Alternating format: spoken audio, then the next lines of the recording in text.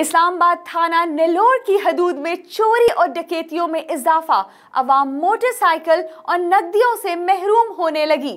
تفصیلات جانتے ہیں سہیل ملک کی اس رپورٹ میں۔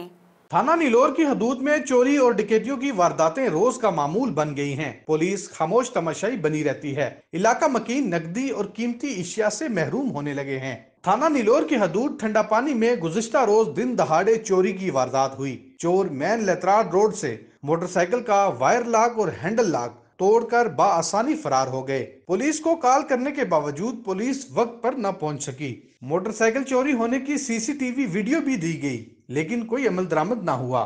ایسا لگتا ہے کہ پولیس نے عوام کو چوروں اور ڈاکوؤں کے رحم و کرم پر چھوڑ دیا ہے۔ موٹر سائیکل چوری ہونے والے شخص نے جب تھانہ نیلور جا کر ایف آئی آر درج کرانا چاہی تو محرر نے کہا، پہلے 3 سے 4 دن آپ خود تلاش کریں، اگر موٹر سائیکل نہیں ملتا تو پھر کارروائی کے بارے میں سوچیں گے۔ پولیس کا یہ رویہ انتہائی افسوسناک ہے۔ پولیس کا کام عوام کو فوری طور پر داد رسی کرنا ہے، لیکن تھانہ نیلور کے پولیس اہلکار ٹال مٹول کے چکر میں رہتے ہیں۔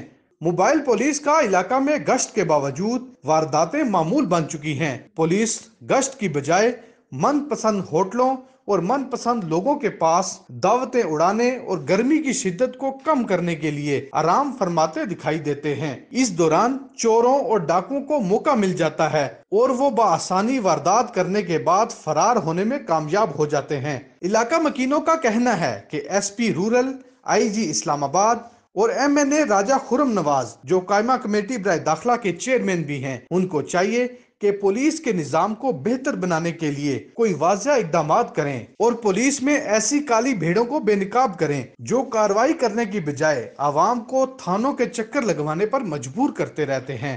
سہیل ملک، حق نیوز، اسلام آباد۔